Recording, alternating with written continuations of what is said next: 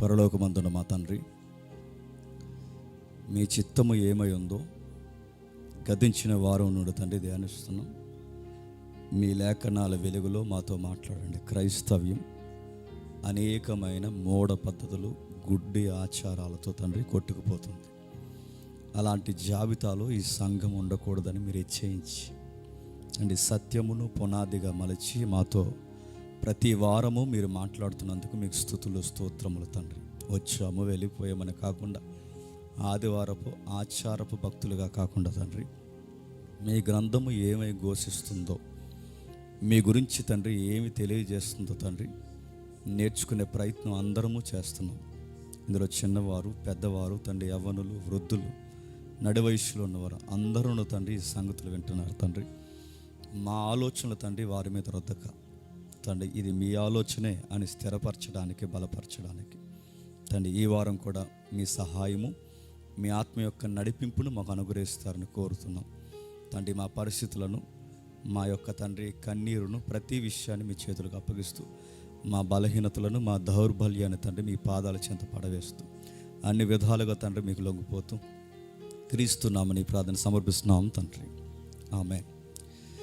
త్వరగా కొన్ని విలువైన సంగతులు విందాం.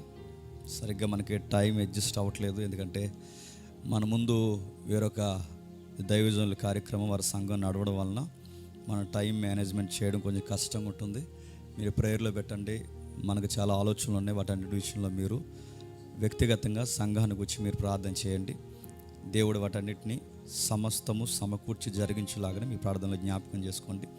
కొన్ని రోజులు అంటే కొన్ని నెలలు మాత్రం ఈ సంఘ పరిస్థితులు మీరు అడ్జస్ట్ అవుతారని మనస్ఫూర్తిగా నేను ప్రేమపూర్వకంగా మిమ్మల్ని వేడుకుంటున్నాను.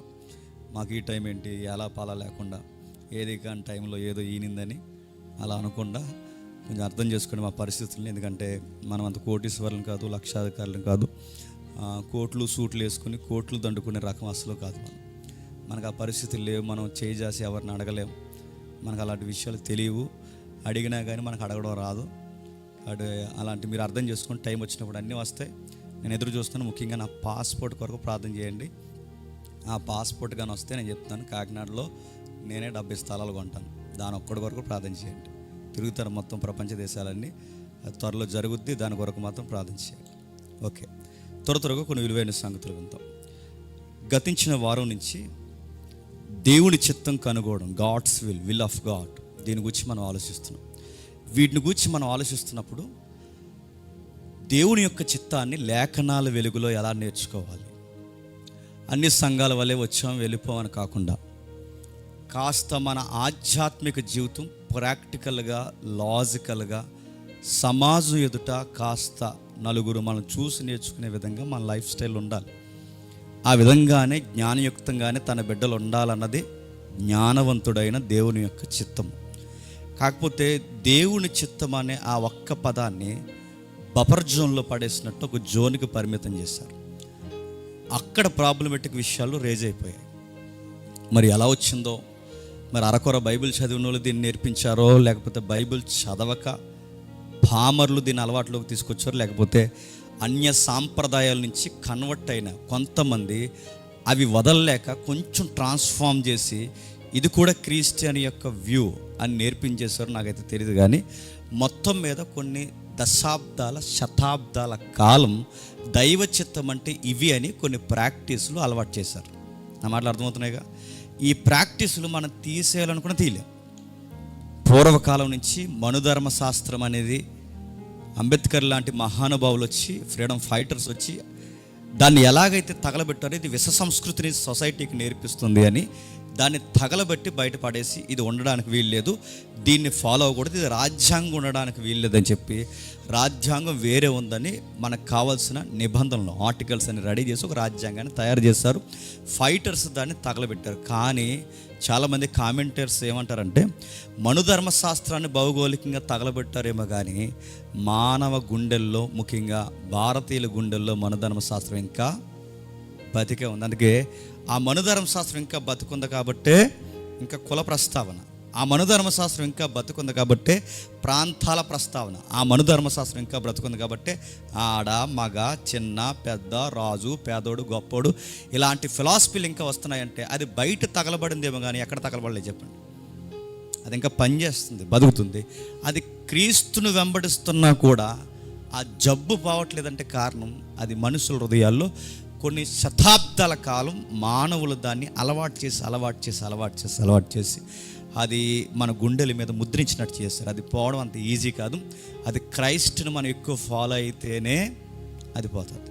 సరే, అలాగే అలాంటి మూఢ పద్ధతులు ఎలా అయితే మనుషులకు అలవాటు అయిపోయాయో ఈ అన్యులు ప్యాగన్ ప్రాక్టీస్లు ఏవైతే ఉన్నాయో ఈ ప్యాగన్ ప్రాక్టీస్లోంచి క్రిస్టియన్ యూలోకి తీసుకొచ్చేసి అవి కూడా అలవాటు పడిపోయారు. ఇదే గాడ్స్ విల్ అంటే అవి బయట పద్ధతులు, అవి వాక్యపు పద్ధతులు కాదు. మరి బయట పద్ధతులు వాక్యపు పద్ధతులు ఎలా అలవాటు చేశారంటే అలవాటు అయిపోయింది. నలుగురు చేశారనుకోండి, అదే నిజంగా. నలుగురు ఏది చేస్తే చెప్పండి అదే నిజం. 100 మంది ఎలా వెళ్తే అలానే వెళ్ళిపోతారు.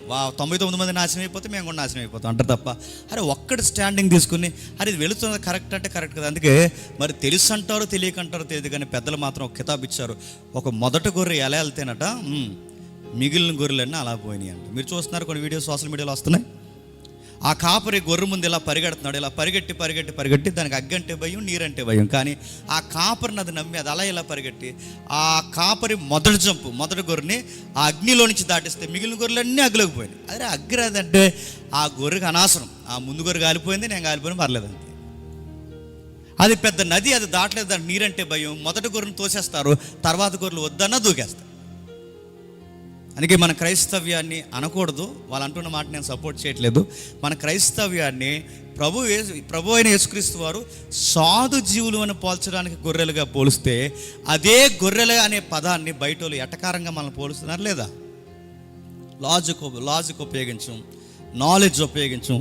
అది ఏం చేస్తున్నాం? సొసైటీలో కేవలం దేవుడిని నమ్ముకున్నామన్న వర్డ్ ఉపయోగించి అన్ని దేవుడే చేస్తాడని గాల్లో దీపాలు పెడుతున్నామా లేదా? ఇది మన మిస్టేక్, ఇది మన బ్లండర్ మిస్టేక్. గుర్తుపెట్టుకోండి, దేవుడు చేసేది కాదు. పైగా మనం చేయాల్సినవని చేసే దేవా ఇది నీ చిత్తం కాదని ముందే చెప్పాలి కదా అంటే బేటా నీకు ముందే చెప్పాడా, నీకు అర్థం కాలేదని బైబిల్లో ఆయన చెప్తున్నాడు. బేటీ నీకు ముందే చెప్తున్నా, నీకు అర్థం కాదు ఆయన ముందే చెప్తున్నాడు. మనం చెవి ఎక్కడ పెట్టాం, కళ్ళు ఎక్కడ పెట్టాం, మన లాజిక్స్ ఎక్కడ పెట్టాం, మన ప్రజెన్స్ ఏమైపోయింది? ఎందుకంటే బైబుల్ని తాత్కాలికంగా స్కూల్ పిల్లలు టెక్స్ట్ బుక్ పట్టుకున్నట్టు మనం కూడా ఆదివారం టెక్స్ట్ బుక్ మాదిరి కూడబట్టుకుని వస్తాం తప్ప చేతులు అది లేకపోతే ఏదో లేదన్న ఫీలింగ్ మనకు. అందుకే తెస్తాం. దాన్ని చదవడానికి అయితే మాత్రం చెప్పండి తేవం. చెబుతున్నోడు ఏం చెబుతున్నాడు, ఇతను చెబుతున్న వాక్యము వాక్యానుసారమా, ఇతగాడు చెబుతున్నది వాక్యానికి సరిదూగుతుందని పరీక్షించే జ్ఞానయుక్తమైన బిలీవర్స్ ఏరి. అందుకే సంఘాల పుట్టగొడుగుల్లో పుట్టుకొస్తున్నాయి. ఈ మాట నేను అంటున్నందుకు నన్ను క్షమించండి. సంఘాల పుట్టగొడుగుల్లో పుట్టుకొస్తున్నాయి. లింగుమని బోర్డర్ స్కూల్లో చదవలేనోడు కూడా దేవుని చిత్తం అని చెప్పి ఎటకారపు పద్ధతులను నేర్పిస్తే అది పెద్ద తన్మయత్నం పద్ధతి అనుకుని నేర్చుకుంటున్నారు. ఈ మాటలు నేను అనకూడదు కానీ తప్పదని అంటున్నాను. ఎందుకంటే అలవాటు చేసేసారు. కొంతమంది మెయిన్ లైన్ స్పీకర్స్ ఉన్నారు, పెద్దవారు, తెలుగు రాష్ట్రాలకి బాగా అలవాటు పడిపోయిన వారు. ఈ మాట నేను అంటున్నాను, ఏమో తప్పుగా అనుకోకండి. వాళ్ళు లోకల్ స్టడీలో సరి అయిన పునాదులు కూడా లేవు వాళ్ళకి. వాళ్ళు అన్యుల నుంచి మారిన వాళ్ళు కనుక వాళ్ళు ఏమంటారంటే అరే నువ్వు విశ్వాసము చేత నమ్మి ఒక పదాన్ని ఉచ్చరించావంటే దేవుడి పైనుంచి తదాస్తు అనడు కానీ ఆమెన్ అంటాడట, నీ బొంద అంటాడు. ఈ తదాస్తు అనే పదం ఎక్కడది? వాళ్ళు ఉన్నారు కదా దేవుళ్ళు, ఈ జమిని పొట్టోళ్ళు. మీకు చెప్పాను ఒకసారి మన పైన చర్చిలో జరుగుతున్నప్పుడు వాళ్ళని ఏదో అంటారు, పదం మర్చిపోయాను నేను. వాళ్ళు తదాస్తు దేవతలు అంటారు. ఇద్దరు ఉంటారు, ట్విన్స్. మన పౌలు గారు స్వస్తిక్ గుర్తు మీద వాడ ప్రయాణం చేసిన అపోస్తుల గారిలో ఉంటుంది స్వస్తిక్ గుర్తు. ఆ స్వస్తిక్ ఒక ఫిలాసఫీ, ఆ ఫిలాసఫీకి ఆ దేవుళ్ళు సూర్యుడు పుడతారు. ఆ సూర్యుడు పుట్టిన ఇద్దరు ట్విన్స్. ఆ ట్విన్స్ని వాళ్ళని ఏమంటారంటే గుర్రం మోకాలు ఉంటాయి వాళ్ళకి. ఆ గుర్రం మోకాలు ఉన్న దేవుళ్ళు తదాస్తు దేవుళ్ళు అంటారు. అంటే మనం ఏదైనా ఉచ్చరిస్తే ఎక్కడే తిరుగుతారంటే ఇక పని పడలేదు వాళ్ళకి. ఎక్కడే తిరిగి ఏమంటారంటే తదాస్తు అంటారంట. ఈ ఫీలింగ్ మనకి ఎక్కడ తెచ్చి చెప్పిన క్రిస్టియన్లు తెచ్చి అలా అనకరా, నువ్వు మంచే మాట్లాడు, నీ మాట విశ్వాసంతో నువ్వు మంచిది మాట్లాడకపోతే అదే జరిగిపోద్దన్న గుడ్ ప్రాక్టీస్ తెచ్చిన వాళ్ళు ఉన్నారు.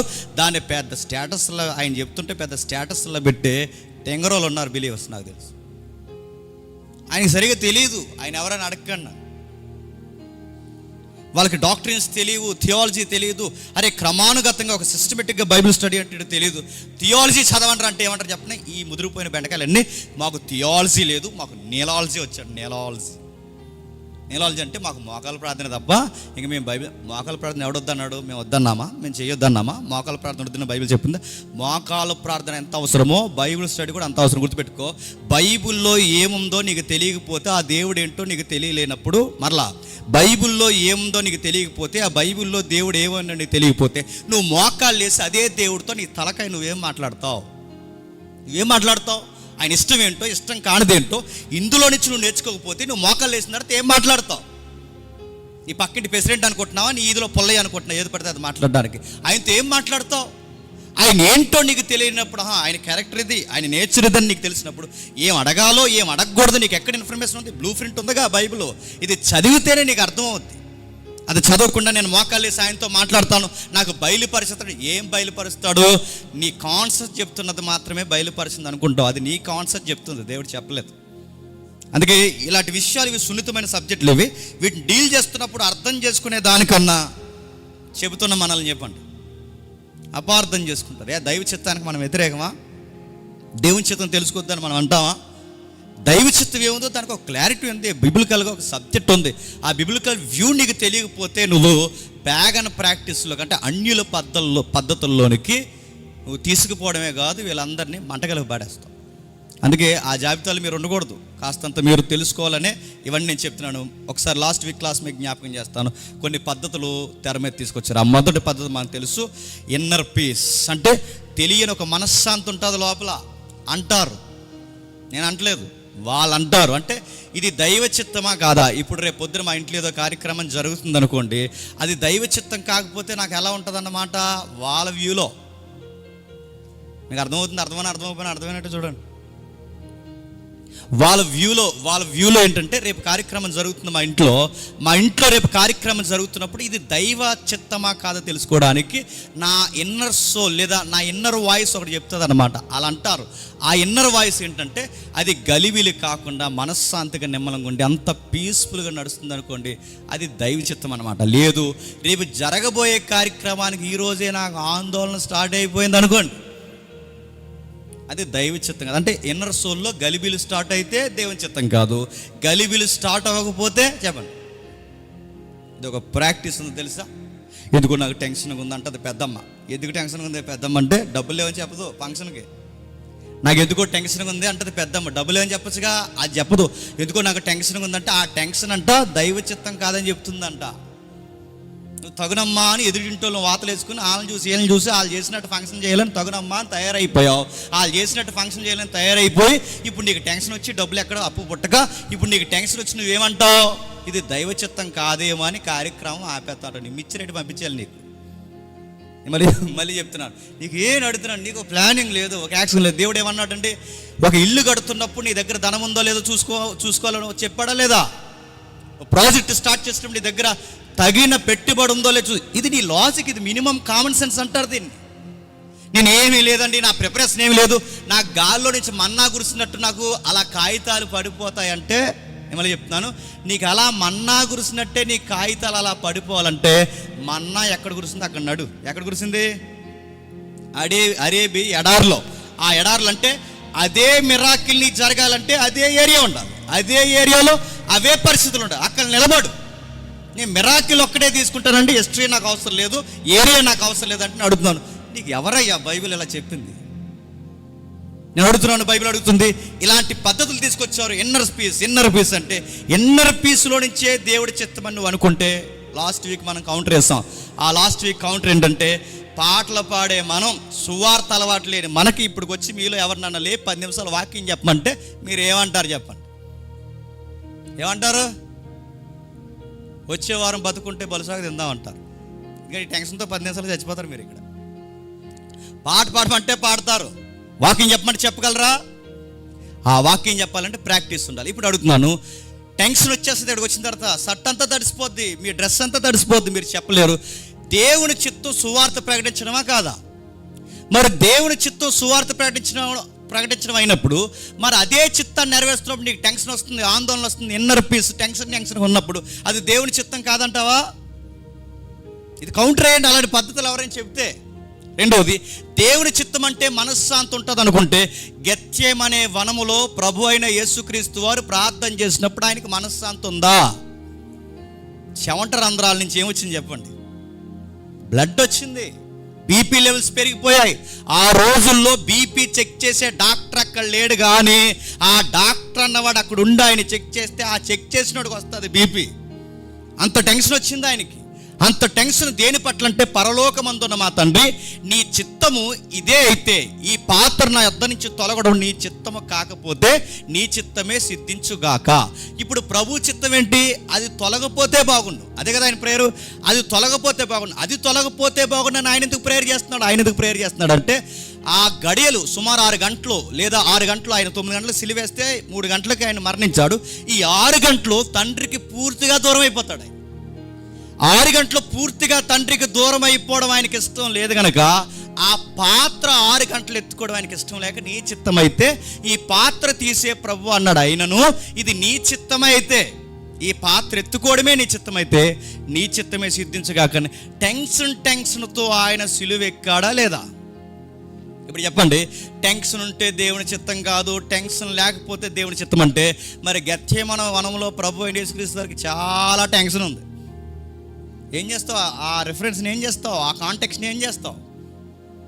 మీ పద్ధతులు, అదిగా అంటున్నాను, మీ పద్ధతులు ప్యాగన్ ప్రాక్టీస్లు, అన్యుల పద్ధతులు వాక్యం దగ్గరికి తేకుండా మీ ఇష్టం వచ్చినట్టు క్రైస్తవ్యానికి అలవాటు చేస్తే, దేవుడు ప్రాక్టీస్ నేర్పించినోడిని, ప్రాక్టీసులు చేస్తున్న వాడిని అదే పరిస్థితుల్లో లెక్కండా కొట్టడా? ఇలా ఎలా జరిగింది ప్రభు అంటే, అలా చేసే కాబట్టి ఇలా జరిగింది అంటాడు ఆయన, గుర్తుపెట్టు. అలానే జరుగుద్ది. రెండవది దేవుని చిత్తం అనగానే వీళ్ళేం చేశారు? డైలీ పోర్షన్లో నుంచి, అంటే డైలీ బైబిల్ స్టడీ పోర్షన్స్ చదువుతాంగా అధ్యాయాలు, అందులోంచి ఒక రెఫరెన్స్ తీసుకుని, ఆ రెఫరెన్స్ ఏదో ఒక ఏలు ఇలా పెట్టి కళ్ళు మూసుని పెడతానమాట. నెంబర్లాట ఆడేవాళ్ళం కదా చిన్నప్పుడు స్కూల్లో, అలా నెంబర్లాట పద్ధతి ఇలా కళ్ళు మూసుకొని టక్కని కొడితే నాకు 95 వస్తే నేను 95, ఆడికి 85 వస్తే ఆడికి 85, ఇదో పద్ధతి ఆడేవాళ్ళంగా. అలాంటి డైలీ పోర్షన్ పద్ధతి ఏదో తీసుకొచ్చి నేను ప్రేయర్ చేసుకుని లోపల చిన్న ప్రేయర్ చేస్తాను అనమాట. ఆ ప్రేయర్ చేసి నా ఏలుని ఇలా పెడితే ఆ ఏలు చూపించిన విషయాన్ని బట్టి నేను చేస్తాను. ఏం చూపించాలి అంటే, నేను ప్రేయర్ లోపల చేసుకుంటాను. రేపు నేను హైదరాబాద్ వెళ్ళాలి అనుకోండి, హైదరాబాద్ వెళ్ళాలా వద్దని నేను ప్రేయర్ చేసుకుని బైబిల్ నేను ఇలా కొట్టి ఇలా ఏలెడతాను అనమాట. అలా ఏలెట్టిన వెంటనే అప్పుడు బైబిల్ ఇలా ఉంటుంది. ఏమంటే, అంతటా అతడు లేచి బయలుదేరి వెళ్ళాను. ఎవరు? హైదరాబాదా? అంతటా అతడు లేచి అతడు బయలుదేరి వెళ్ళిన. ఎక్కడికి? హైదరాబాదా? ఆ సందర్భం అయితే ఇందాక తమ్ముడు చెప్పాడు. ఆ సందర్భం ఎక్కడిది? అబ్రహాం దగ్గరది. ఎక్కడి నుంచి బయలుదేరి? ఆ ఊరు వదిలేసిపోయాడు. నువ్వు పో, ఆ రెఫరెన్స్ పెట్టుకుని నీ ఊరు వదిలే, నీ ఆధార్ కార్డు బంద్ చేసే, అడ్రస్ మార్చేయి, నీ స్వజల్ని, నీ ఇంటి వారిని అందరూ వదిలే. ఆ రెఫరెన్స్ నువ్వు అప్లై చేసుకోవాలంటే, అంతటా అతడు బయలుదేరి వెళ్ళంటే అతడు అంటే అక్కడ ఎవరు? టెక్స్ట్లో అబ్రహాం. ఏ వదిలి బయలుదేరాడు? వాళ్ళ ఊరు వదిలేస్తాడు. ఎక్కడికి వదిలేడు? కానాను భూభాగానికి వెళ్ళాడు. నువ్వు హైదరాబాద్ పోయి ఇక్కడ రాక ఎక్కడికి నడుతుంది. ఏ టెక్స్ట్ అప్లై చేసుకుంటావు అంటే, నీకు పద్ధతి, ఒక చిత్తం అంటే నీ ఇష్టం వచ్చినట్టు అన్నీ తెలిసి నీ డైలీ వెర్సెస్లోంచి ఒక ఏలెట్టుకుని చదివేసేది నా కోసం అంటే నీ కోసమేలే, కానీ నువ్వు అనుకున్నట్టు అది నీ కోసము అలా లేదు. నీ కోసం ఉంది కానీ నీ కోసం అలా లేదు. దాన్ని అర్థం చేసుకుని చదువు. ఇది ఒక ప్రాక్టీస్, ఇది ఒక ప్యాగన్ ప్రాక్టీస్. మరొక ప్రాక్టీస్ మనకు తెలుసు. ఎవరు హాస్పిటల్లో ఉన్నారట, ఆయన బతుకుతాడా బతకడాన్ని బయట ఉన్న బంధువు బామ్మర్ది చాలా టెన్షన్ అయిపోయాడట. మా బావ బతుకుతాడా బతకడా ప్రభువా, నీ వాక్యంలో నుంచి నాకు బతుకుతాడో బతకడో నాకు ఏదో ఒకటి చెప్పు ప్రభువా అని ఇలా కొట్టి తీస్తే యెషయా గ్రంథం 53వ అధ్యాయం వచ్చిందట. ఆ 53వ అధ్యాయంలో ఏముంది? అంతటా తన శ్రమను పొందినవాడే, గాయముల చేత మత్తబడినవాడే, ఆయన ఆ అనేకులైన దొంగల మధ్య మరణించిన సందర్భాలు ఉన్నాయిగా. ఆయన మరణించిన అధ్యాయం అయ్యేసరికి ఆయన మరణిస్తాడు. ఆ అధ్యాయంలో ఆయన మరణించాడు కనుక డిసైడ్ అయిపోయాడట, ఇక వైద్యం గట్ట ఏమవుతుంది డాక్టర్ గారు, ఇంకా మాకు అర్థమైపోయింది, మా దేవుడు మాకు చెప్పేశాడు, ఇంక మేము బిల్లులు కట్టం, ఇంకా రేపు చచ్చిపోయాడు, ఈరోజు తీసిపోయారంట. కొన్ని బతుకుతాడు లేదు ఎవడో తెలిసి అడుగుతున్నాను. చచ్చిపోవడం డాక్టర్ చెప్తున్నాడు, అయ్యో ఓప్స్ ఉన్నాయా, మీరు వైద్యం కంటిన్యూ చేయండి. చేయరు. ఎందుకు? వాళ్ళకి యెషయా గ్రంథం 53వ అధ్యాయంలో తెలిసిపోయింది ఏమని, మా బాగా చచ్చిపోతాడని. ఈ ప్రాక్టీస్ల వల్ల రోగులను చంపేసుకున్న వాళ్ళు లేరు, ఈ ప్రాక్టీస్ల వల్ల బంధువులను చంపేసుకున్న వాళ్ళు లేరు అడుగుతున్నాను. పనికి మాల పద్ధతులకి ప్రాణాలు పోయిన పరిస్థితులు లేవా? ఇదొక పద్ధతి. మరో పద్ధతి ఉంది. మరో పద్ధతి చెప్తున్నా, సూచనలు అడగడం. సూచనలు తెలుసు కదా మీకు, లాస్ట్ వీక్ అయింది. నేను జస్ట్ బౌండరీస్ మీకు జ్ఞాపకం చేస్తున్నాను. ఏవైతుందో లాస్ట్ వీక్ చూసిన అడుగుతున్నారు సైన్, ఏదో గుర్తు కావాలి, ఏదో గుర్తు కావాలంటే ఇలా గుర్తులనగానే టక్కని గుర్తొచ్చేది ఎవరంటే, ఒకటి ఎబినేజర్ గుర్తొచ్చేస్తాడు, రెండు గిద్యోని గుర్తొచ్చేస్తాడు. ఎబినేజర్ అంటే ఎవరు? మీకు ఎబినేజర్ పాట తప్ప ఎబినేజర్ తెలీదు. ఎబినేజర్ అంటే అబ్రహాం గారికి ఒక మెయిన్ సర్వెంట్ ఉండేవాడు. క్షమించండి, ఎలియాజర్ అంటే అబ్రహాం గారికి ఒక మెయిన్ సర్వెంట్ ఉండేవాడు. మెయిన్ సర్వెంట్, ఆయన కొడుకు మాదిరి. అప్పుడప్పుడు అబ్రహాం గారు ఎలా ఫీల్ అయ్యారంటే, నాకు ఎలియాజరే కొడుకు వంటి వాడు, నేను ఏమైనా అయిపోతే ఇంక ఎలియాజరే నెక్స్ట్ నా జనరేషన్ నామిని నేమ్గా కంటిన్యూ చేస్తాను అనుకునేవాడు. అలాంటి ఎలియాజరు ఇస్సాక్ గారికి వివాహ సంబంధం చూడడానికి వెళ్ళాడు కదా. ఆ సందర్భానికి వెళ్ళినప్పుడు, ఆ సందర్భాన్ని అంటే గుర్తులు అడుగుతారనమాట. అంటే ఏదో ఒకటి, ఇప్పుడు మేము ఈ స్థలంలో ఇల్లు కట్టాలొద్దా, మాకు ఏదో గుర్తు చూపించబడవు అంటే, ఏదో గుర్తు, ఏదో ఫీల్ అవుతానని గుర్తు. ఆ గుర్తు ఏంటంటే, ఈ మూలతో ఉన్నట్టు, ఈ మూలతో ఉన్నప్పుడు నీళ్ళు పడిపోయినాయి అనుకోండి, బోరు పడిపోతే అది దేవుని చిత్తం. బోరు పడకపోతే, బోరు పడకుండా వీళ్ళు అంకిమిందులో పడిపోవాలి వాళ్ళకి.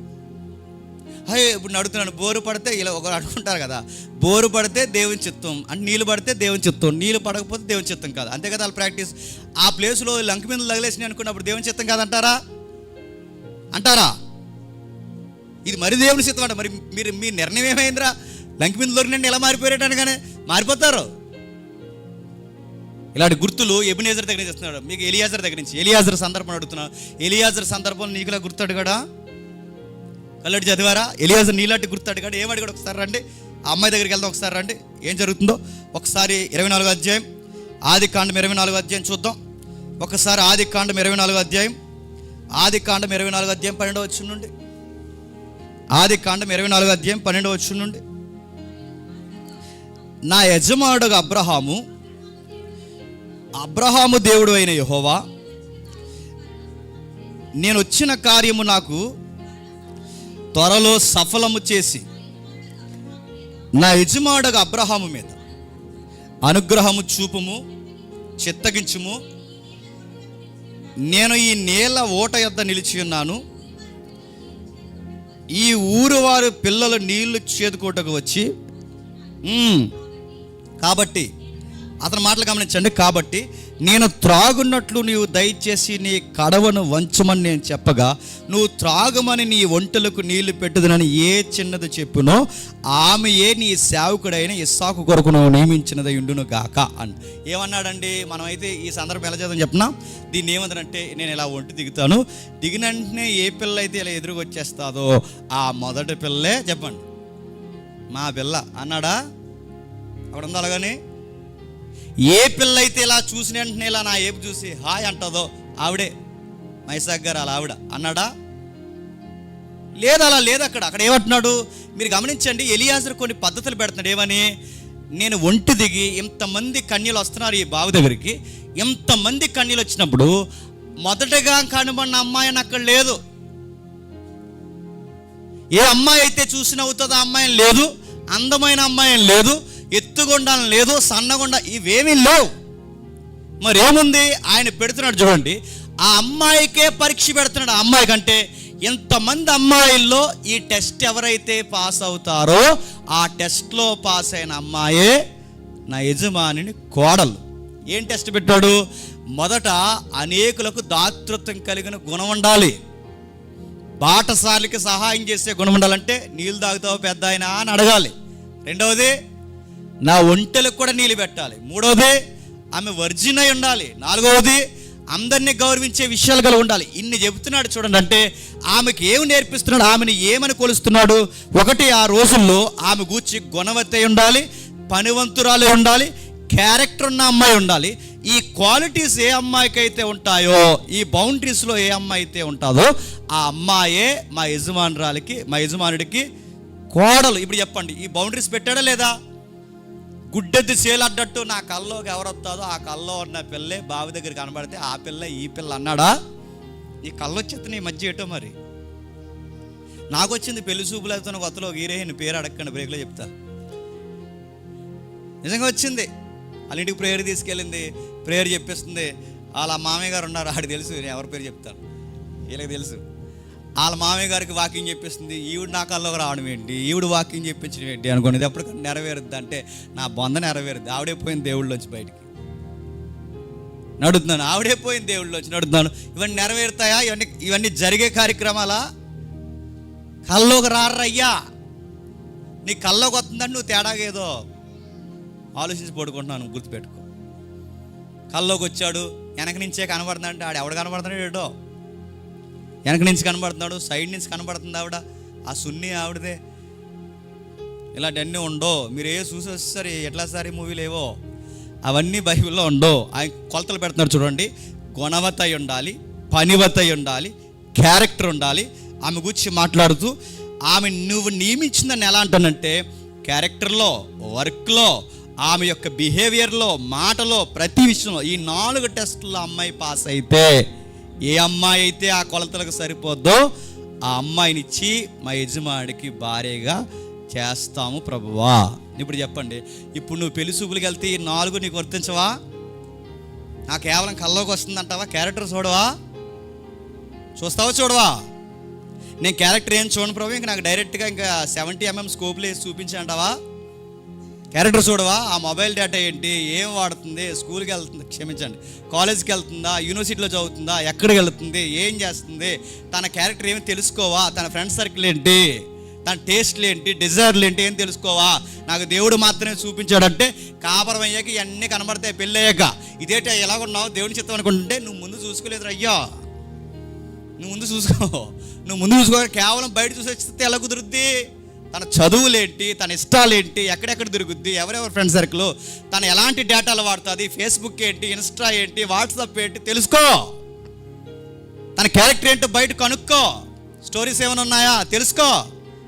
ఇవేం తెలుసుకోకుండా నాకు ఎదురుగా కనబడుతుంది, కల్లోకి వస్తుందంటే నీ కళే మిగులుద్ది. గుర్తుపెట్టుకో, రాసి పెట్టుకో. నీ కళే నీ జీవితం పగటికల్లా అయిపోద్ది అనుకుంటున్నాను. ఆయన కలవలేదా అని అడుగుతున్నాను. ఎలియాజర్ కొలవలేదా? ఎలియాజర్ కొలిసాడు లేదా? క్యారెక్టర్ ఉన్న అమ్మాయి కాదని కొలిసాడా లేదా? నేను ఈ మాట అనకూడదు, నాకు క్షమించండి, దేవుడు నాకు క్షమించను గాక. ఒకవేళ రెబెక్కాకి క్యారెక్టరే లేకపోతే సంబంధం ఓకే చెప్తాడా? తల్లికి క్యారెక్టర్, ఆ రెబెక్కమ్మకి క్యారెక్టర్ లేకపోతే ఎలియాజర్ ఆ సంబంధం ఓకే చేస్తాడా? ప్రేయర్ బాగా చేస్తుందండి, క్యారెక్టర్ మాత్రం కొంచెం లూజ్ అంటే చేస్తాడా? అస్సలు చేయడు.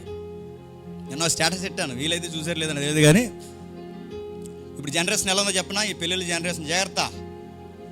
పెళ్ళిళ్ళ జనరేషన్ ఎలా ఉందంటే వీళ్ళు సోమవారం నుంచి శనివారం వరకు వీళ్ళు ఇష్టం వచ్చినట్టు తిరిగేస్తారు. క్లబ్బుల్లో సినిమా థియేటర్లు, పార్కులు అవన్నీ తిరిగేసి వీళ్ళు ఇష్టం వచ్చినట్టు తిరిగేసి సోమవారం నుంచి శనివారం వరకు ఊగేసి ఆదివారం తెల్లబట్టలు వేసుకుని వచ్చేస్తారు. ప్రేయర్ చేస్తుంటే మనకు మతిపోతుంటుంది, పాటలు పడుతుంటే మనకు మతిపోతుంటుంది. ఈడేటి ఇలాగట్టే ఆడ ఆదివారం నాడు వేసాడు తెల్ల సొక్కం.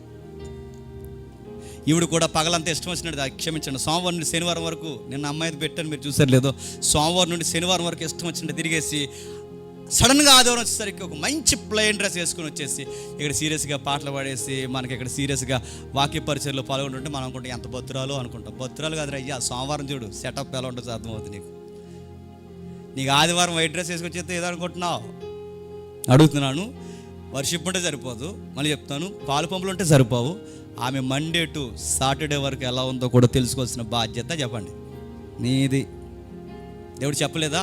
ఇది మినిమం కామన్ సెన్స్ అంటారు. నువ్వు సెట్ చేసుకోవాల్సింది. అందుకే క్యారెక్టర్ ఏంటో చూస్తాడు, తన యొక్క వర్క్ ఏంటో చూస్తాడు, ఆమె యొక్క, ఈ మాట అంటున్నాను క్షమించండి, ఆమె వర్జిన్ కాదు కూడా చూశాడు, గమనించాడు. వర్జిన్ వాళ్ళకి తెలిస్తే ఆ రోజుల్లో ఉన్న పెద్దవాళ్ళకి వాళ్ళ వర్జినిటీ ఎలా కనిపెట్టాలో వాళ్ళకి తెలుసు, వాళ్ళు గమనించారు. అప్పుడు ఆ సంబంధాన్ని ఓకే చేశాడు. అందుకే కితాబిస్తున్నాడు బైబిల్ రచయిత, సమకాలీన పరిస్థితులు కితాబిస్తుంది. ఆ చిన్నది మిక్కిలి చక్కనిది, ఆమె కన్య, ఆమెకి ఏ పురుషులతో కూడా స్టోరీస్ ఏమీ లేవు. ఆ బావిలోకి దిగి ఆ నీళ్ళు తోడుకొని పైకి ఎక్కి ఆ ఒంటెలకి పెద్ద ఆయనకి చాలా ప్రేమతో నీళ్ళు పెట్టినప్పుడు అప్పుడు అన్నాడు, ఇలాంటి పిల్లని చేసుకోకపోతే ఇంకెలాంటి పిల్లని చేసుకోవాలని ఆ సంబంధం ఓకే చేసేసాడు. ఇప్పుడు కూడా ఈ కాంటెక్స్ట్ నువ్వు తీసుకుంటే నాకు సైని ప్రవ్వా, నాకు గుర్తీ ప్రవ్వా అంటే గుర్తులు ఇచ్చాడు, వెళ్ళి గుర్తెట్టు. ఆ గుర్తులేడు చెప్పిన పొద్దున్నే లేస్తుందా, పాస్పోర్ట్తో టీ తాగుతుందా, గుర్తెట్టు, వెళ్ళి గుర్తుపెట్టు. పని చేస్తుంది ఇంట్లో చేయదా, తిన్నా కంచం కూడా తీయదా చూడు, ఇంట్లో అమ్మ నాన్నకి సహాయపడుతుంది లేదు చూడు, క్యారెక్టర్ ఉందా లేదు చూడు, నలుగురు సహాయకం చేసే గుణం ఉందా లేదా, శుచిమోహం ఉందా చూడు, ఇవన్నీ చూడు, ఇవి చూసుకోవాల్సిన బాధ్యత నీది. అందుకే దేవుడు అంటున్నాడు, దేవుని వెలుగులో ఆమె క్యారెక్టర్ని, అంటే ఎబినేజర్ కూడా, క్షమించండి ఎలియాజర్ కూడా ఆ రోజు ఆ సంబంధం ఓకే చేయడానికి దేవుని మీద ఆధారపడ్డాడా లేదా? దేవుడి మీద ఆధారపడ్డాడు. ఈరోజు కూడా మనం దేవుని మీద ఆధారపడితే ఈ 4 బౌండరీస్ దాటిపోకండి. మరో సందర్భం చూపిస్తారు గుర్తులు అనగానే. న్యాయాధిపతుల గ్రంథం ఒకసారి రండి. న్యాయాధిపతుల గ్రంథం గిద్యోను సందర్భం. న్యాయాధిపతుల గ్రంథం గిద్యోను సందర్భం. న్యాయాధిపతుల గ్రంథం గిద్యోను సందర్భం. 6వ అధ్యాయం మొదటి వచనం కాంటెక్స్ట్ ఇటు చూద్దాం ఒకసారి. 6వ అధ్యాయం మొదటి వచనం. ఇశ్రాయేలీయులు యెహోవా దృష్టికి దోషులై ఉన్నందున, యెహోవా దృష్టికి ఇశ్రాయేలు ఎలా ఉన్నారట? యెహోవా దృష్టికి, క్షమించండి, ఇశ్రాయేలు యెహోవా దృష్టికి దోషులైనందున, అంటే నేరస్తులు. ధర్మశాస్త్రం లేదు, పండగలు లేవు, పద్ధతులు లేవు, పూర్తిగా నైతికతను మర్చిపోయారు. ఇశ్రాయేలు పూర్తిగా ఆధ్యాత్మికంగా దిగజారిపోయారు. అలా దిగజారిపోయినప్పుడు దేవుడు మిద్యానీయులకి, అమోనీయులకి ఇశ్రాయేల్ని పలుమార్లు అప్పగించేసిన సందర్భమే న్యాయాధిపతులు. ఫిలిస్తీన్లకు దొరికారు, మిద్యానీయులకు దొరికారు, అమోనీయులకు దొరికేలా దేవుడు చేశాడు. ఆ దొరికేలా ఎప్పుడైతే చేశారో లబోదిబాని గుండెలో బాదుకున్నారు. ఇంకా ఎక్కడ జరిగింది? 6వ వచనం చూడండి. దేశము పాడు చేయుటకు వారిని దానిలోనికి వచ్చిరి. ఇశ్రాయేలీయులు మిద్యానీయులకు మిక్కిలి హీన దశకు వచ్చినప్పుడు వారు యెహోవాకు మొరపెట్టిరి. అంటే దేవుడే పంపించాడు, దేవుడే కొట్టిస్తాడు. దేవుడే ఎప్పుడైతే వీళ్ళని తొలగొడుతున్నాడో అప్పుడు ఆ శ్రమలో నుంచి ఇశ్రాయేలు ఏం చేస్తున్నారు? దేవునికి మొరపెట్టగా, ఆ మొరపెడుతున్నప్పుడు 10వ వచనంలో, మీరు అమోరీయుల దేశము నివసించుచున్నారు, వారి దేవతలకు భయపడకూడదు అని మీతో చెప్పిదని కానీ మీరు నా మాట, అది మీరు చేసిన మిస్టేక్. ఆ దేవతల జోలికి పోవద్దన్నాను, ఆ కల్చర్లో చేతులు పెట్టొద్దన్నాను, వారితో మీరు చెట్టా పట్టాలు వేసుకోవద్దని చెప్పాను. మీరు ఏం చేశారు? నువ్వు అలాగ అంటావులే, నువ్వు ప్రేమ కలిగిన దేవుడు, ఇప్పుడు తిడతావు, రేపు కొడతావు, ఎల్లుండి మమ్మల్ని వచ్చి మళ్ళీ హక్ చేసుకుంటావు, నువ్వెంతైనా ప్రేమ కలిగిన దేవుడు, నమ్మదగిన వాడవని ఇదో ఫిలాసఫీ ఏడిసింది ఎవరికి? ఇశ్రాయేలుకి. మేము ఏం చేసినా మమ్మల్ని అర్థం చేసుకుంటాం. ఎందుకంటే అబ్రహాం, ఇస్సాకు, యాకోబులకి మాట ఇచ్చిన దేవుడు, మమ్మల్ని ఎలా వదిలేస్తావంటే మాట ఇస్తాడు, మాట వినకపోతే చెప్పండి అలా లేకపోతే ఇలా కూర్చోబెడతాడు కూడా. ఇశ్రాయేలు అలా చేశారు, కొట్టాడు, నలిపేశాడు. వాళ్ళు వచ్చి తొలగొట్టారు, వాళ్ళ ధాన్యాన్ని ఎత్తుకెళ్ళిపోయారు. మిద్యానీయులు చాలా అణిసివేతకు గురి చేశారు ఇశ్రాయేలుని. అంత అణిసివేతకు గురి చేసినప్పుడు ఇశ్రాయేలు బాధపడి మొరపెట్టినప్పుడు అప్పుడు దేవుడు ఆన్సర్ చేస్తున్నాడు. మిమ్మల్ని ఎందుకు నేను ఎలా నలిపేస్తున్నానంటే మీరు ఇతర నమ్మకాల్లోనికి పోయారు. మనం కూడా దేవుని చిత్తం అనే పేరుతో ఇతర నమ్మకాలను తెచ్చి దేవుని దగ్గర పెడుతున్నామా లేదా? ఇతర నమ్మకాలు అవి. మనసులో మనశ్శాంతి ఉందంటే ఇతర నమ్మకాలా కదా అవి? అలాంటి నమ్మకాలని తెచ్చి మీరు ఇతర నమ్మకాల్లోకి పోయి మీరు వాటిని నమ్ముతున్నారు కనుక అంతకు అనిశ్చిత గురి చేసినట్టు టెక్స్ట్ ఏం చెప్తుంది, సందర్భం ఏం చెప్తుందంటే, సందర్భం మనకు అర్థమయ్యేలా చెప్తుంది. ఇశ్రాయేలు దేవునికి పూర్తిగా వ్యతిరేకంగా ఉన్నారు. ఆ టైంలో వీళ్ళకి సేవియర్ అవసరమా కదా? ఒక ఫైటర్ కావాలి, ఒక జడ్జి కావాలి. ఆ ఫైటర్ జడ్జి ఎవరంటే అప్పటికి న్యాయాధిపతులు మారారు. అప్పటికి కావాల్సిన ఆ న్యాయాధిపతి ఎవరంటే గిద్యోను పూర్తిగా విశ్వాస కాదు, పూర్తిగా బలవంతుడా కాదు, పూర్తిగా దేవుని చిత్తం మీద అనుకునే మనుషుడా కాదు. ఉన్నవారిలో కాస్తంత మంచోడు ఎవరు? గిద్యోను. అప్పుడు గిద్యోనుతో దేవుడు మాట్లాడుతూ 13వ వచనంలో, గిద్యోను చిత్తము, ఇక్కడ వచ్చిన చూడండి పదం, చిత్తము నా ఏలినవాడా, యెహోవా మాకు తోడై ఉన్న ఎడల ఇదంతయు మాకు ఎలా సంభవించును. యెహోవా ఐగుప్తులో నుంచి మమ్మల్ని రప్పించినని చెప్పుచు మా పితరులు మాకు వివరించిన ఆయన అద్భుత కార్యములన్నీ ఏమైనా ఇప్పుడు చెప్పండి. ఈయనకి విశ్వాసం ఉన్నట్టా లేనట్ట? ఆ మాటను బట్టి చెప్పాలి. చెప్తే త్వరగా వెళ్ళిపోతారు, చెప్పకపోయినా త్వరగా వెళ్ళిపోతారు. చెప్పండి. గిద్యోను మిద్యానీయుల పరిస్థితుల్లో ఆ మాట మాట్లాడుతున్నప్పుడు ఆయనకి విశ్వాసం ఉన్నట్టా లేనట్ట? దేవుడిని కౌంటర్ చేస్తున్నారు చూడండి పెద్ద మనిషి ఎవరు? గిద్యోను. ఏమంటున్నాడు చూడండి, చిత్తము నా ఏలినవాడా, యెహోవా మాకు తోడై ఉన్న ఎడల ఇదంతా మాకు అంటే నువ్వు మాతో ఉన్నానంటున్నావు, నువ్వు మాతో ఉంటే వీళ్ళందరూ ఎందుకు మా మీద తిరగబడుతున్నారు? నువ్వు మాతో ఉన్నానంటున్నావు, నువ్వు మాతో ఉంటే మా పంట ఎత్తుకెళ్ళిపోతుంటే నువ్వు ఎందుకు చూస్తూ ఉన్నావు? నువ్వు మాతో ఉంటే మాకెందుకు ఇలాంటి ప్రతికూలమైన పరిస్థితులు, అంటే మాకు వ్యతిరేకమైన పరిస్థితులు ఎందుకు జరుగుతున్నాయి? పైన దేవుడేమన్నాడు 12వ వచనంలో, యెహోవా దూత కనబడే పరాక్రమ గల బలాఢ్యుడా, యెహోవాకి నీకు తోడై ఉన్నాడని అతను అనగా, పరాక్రమ గల బలాఢ్యుడు అంటే ఎంత నిజంగా అంటే తనంత పరాక్రమ గల బలాఢ్యుడా? భయస్థుడు. ఎక్కడ చూసేస్తారని దొంగసాటున ధాన్యం దొలగొట్టుకుంటున్న భయస్థుడా కాదైనా? పరాక్రమ గలవాడు అంటే ఏంటి? వాళ్ళు చూస్తున్న వాళ్ళు కొప్పట్టుకొచ్చాడు సంసోన్లాగా. అది కదా పరాక్రమం గలవాడంటే. అది చేస్తున్నాడు ఈయన. మరి దేవుడు ఆపదలు ఎందుకు అంటున్నాడంటే, నెక్స్ట్ ఆయనతో చేయబోయే కార్యక్రమాలను బట్టి దేవుడు ముందే ఆయన ఏం చేస్తున్నాడు చెప్పండి, ఎంకరేజ్ చేస్తూ, నువ్వు పరాక్రమ గల బలాఢ్యుడివి, నువ్వు భయపడకు, కుప్పల చోట దాకోకు, నువ్వు భయపడాల్సిన అవసరం లేదు, నీ ద్వారా ఇశ్రాయేలుకి నేను ఫ్రీడమ్ అంటే ఏంటో చూపిస్తాను దేవుడు ఆయనకి చెప్తుంటే ఈయనేమన్నాడంటే, మా ద్వారా నువ్వేం చూపిస్తావు, మాకేం చేస్తావు, ఐగుప్తు నుంచి మమ్మల్ని రప్పించానన్నావు, మా పితరులకు మాట ఇచ్చి వివరించిన అద్భుత కార్యాలు ఏమైపోయాయి, మమ్మల్ని వదిలేసావు కదా అని దేవుడి మీదే నెపాల మోపే ప్రయత్నం చేస్తూ, యెహోవా మమ్మల్ని విడిచిపెట్టి మిద్యానీయుల చేతికి మమ్మల్ని అప్పగించనని ఆ దూతతో చెప్తున్నాడు. ఎవరు ఇప్పుడు చెప్పండి, పూర్తిగా దేవుడిని నమ్ముతున్నాడా, అరకొరగా దేవుడిని నమ్ముతున్నాడా గిద్యోను? చెప్పాలి. మీరు చెప్తారు చెప్పరా? మరి అది చెప్పండి. మరి పూర్తిగా దేవుడిని నమ్ముతున్నాడా, నమ్మట్లేదా? నమ్మట్లేదు. నేను నమ్మలేకపోతున్నాను, మమ్మల్ని పరాక్రమశాలు అంటున్నారు, నేను గ్రహించలేకపోతున్నాను, మాకు ఫ్రీడమ్ వస్తుందంటే మాకు నమ్మకం లేదంటే, నమ్మకం లేని టైంలో అవిశ్వాసంతో అడిగిన చూసినే చెప్పాలి, గొర్రె వచ్చి మీద మంచు గొర్రెను. ఇప్పుడు చెప్పండి, అది విశ్వాసంతో అడుగుతున్న చూసినా అవిశ్వాసంతో అడుగుతున్న గుర్తా చెప్పాలి. ఇప్పుడు అవిశ్వాసంతో అడుగుతున్న గుర్తుని ఇది దేవుని చిత్తమని ఆ ప్రాక్టీస్ నువ్వు ఇక్కడ తెస్తున్నావంటే నేను విశ్వాస అనాలా, అవిశ్వాస అనాలా? చెప్పు చెప్పు నువ్వు ఆల్రెడీ ప్రాక్టీస్లు చేస్తుంటావు, చెప్పు. అర్థమవుతుందో లేదని అడుగుతున్నాను. ఇప్పుడు ఈ ప్రాక్టీస్లు చూడండి, అతను అవిశ్వాసంతో అడిగిన ప్రాక్టీస్ అంటే ఆయనకు పూర్తిగా నమ్మకం లేని టైంలో ఆయన అంటున్నాడు, ఇది ఇప్పుడు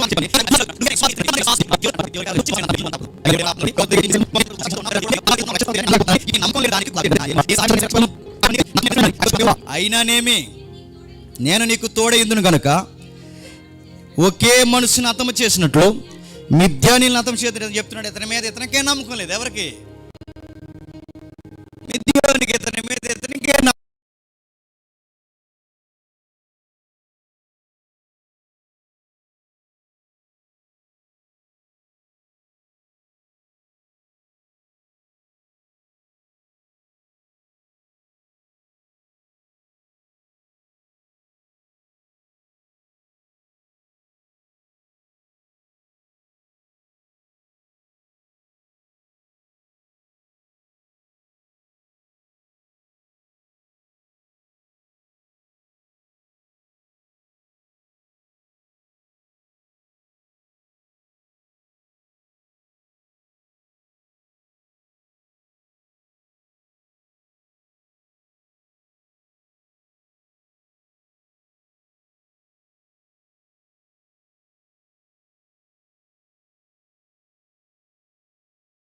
నమ్మకం లేదు, దేవుడి మీద నమ్మకం లేదు, పరిస్థితుల మీద నమ్మకం లేదు, విశ్వాసం లేదు.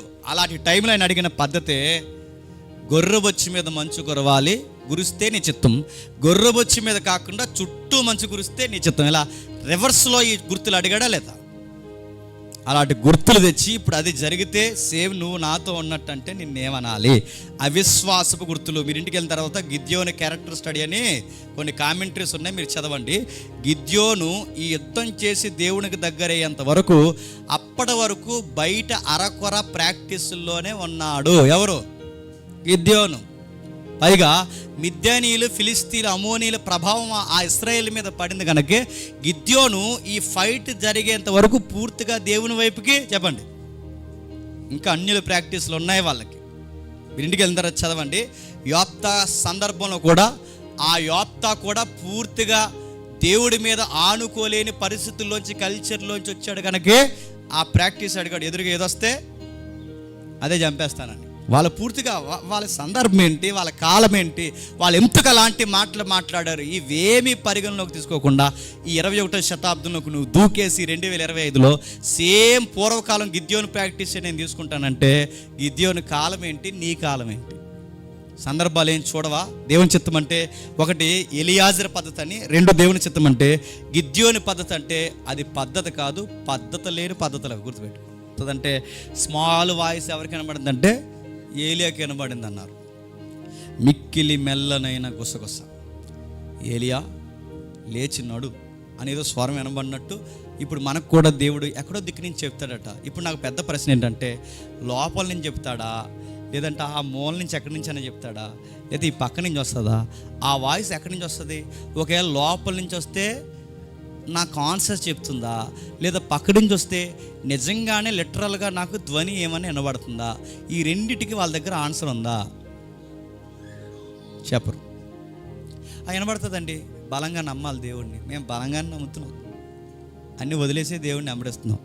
ఇంతకన్నా బలంగా నమ్మాలంటే, బలంగా నమ్మడం అంటే ఇంకా నీ దృష్టిలో మేము బైబిల్ని పూర్తిగా పక్కనెట్టేసి పూర్తిగా దేవుడా చెప్పండి నువ్వే మాకున్నావు అని అండమేనా బలంగా నమ్మడం అంటే? ఇప్పుడు ప్రశ్న, ఇన్నర్ వాయిస్, స్మాల్ వాయిస్ వినబడుతుందంటే, నిజంగా స్మాల్ వాయిస్ వినబడితే బాగా వినాలి. వెంటనే ఇంటికి వెళ్తారు. చదవండి, ఏలియా గారు దుప్పటి చేత ముఖం మూసేసుకున్నాడా లేదా? తన చెంగుని ఇలా కప్పుకున్నాడా లేదా? తట్టుకోలేకపోయాడు. స్మాల్ వాయిస్ అయితే ఆయన ఎందుకు కప్పుకున్నాడు? ఎందుకు తట్టుకోలేకపోయాడు? ఎందుకు అక్కడ చిన్న శబ్దం అంటే దేనికి చిన్న అనే పదం వాడారంటే అప్పటికి పెలపెలమని ఊరింది, దానికన్నా కొంచెం తక్కువ డెసిబుల్ తగ్గింది. భూకంపం వచ్చింది, పెలపెల ఉరిమింది, సుడిగాలు, ఈ బేకర శబ్దాల కన్నా ఆ సౌండ్లో కొంచెం తగ్గి మానవ స్వరం వచ్చినట్లు వచ్చింది. అంటే డైరెక్ట్గా లోపల నుంచి ఏం కాదు, డైరెక్ట్గానే చెప్పండి వినబడుతుందా లేదా? ఇప్పుడు ఏలియా గారి సందర్భం తెచ్చి మేము అలాగే అంటే నువ్వు అడుగుతున్నావు, నువ్వు ఏలియావా? నిన్ను ఏ యెజబెల్ తరిమేసింది? నిన్ను అడుగుతున్నాను. ఏమైనా ప్రాక్టీస్ చేసి నువ్వేమైనా వాకింగ్ చెప్పావా? డిబేట్ చేసావా? డిబేట్ అంటే నా అర్థం ఏలియాలాగా బహిరంగ డిబేట్ ఏమైనా చేసి పైనుంచి అగ్నిగంధకాలు కురిపించావా? ఎందుకు ఆ సందర్భం తీసుకుంటున్నావు? సరే తీసుకున్నావు. యోబు సందర్భంలో సుడిగాల్లోంచి దేవుడు మాట్లాడాడు లేదా? నిర్గమకాండంలో అగ్నిగంధకాల నుంచి దేవుడు మాట్లాడాడు లేదా? కీర్తన గ్రంథం 77:18 దేవుడు పెలపెలమనే ఒక భయంకరమైన శబ్దాల నుంచి దేవుడు వారితో మాట్లాడినట్టు సందర్భం రాయబడిందా లేదా? నువ్వు నీ వాకులో ఉంటుందా? యోబుతో ఎలా మాట్లాడాడు చెప్పండి? సుడిగాల్లోంచి మాట్లాడి. ఇప్పుడు సుడిగాలి మీ వాకిట్లో వచ్చిందాక ఏమైపోతావు? కుమారుడు అనగానే కుమారు లేడు, ఇల్లు లేదు, వాకు లేదు, కారు లేదు, ఆటో లేదు, అన్ని పోతాయి అలా గాల్లోకి. అదొద్దు నీకు. మెల్లగా వినబడి ఏలియాదే కావాలి నీకు. దేవుడు నువ్వు చెప్పినట్టు మాట్లాడు, ఆయన అనుకున్నట్టు మాట్లాడతాడు.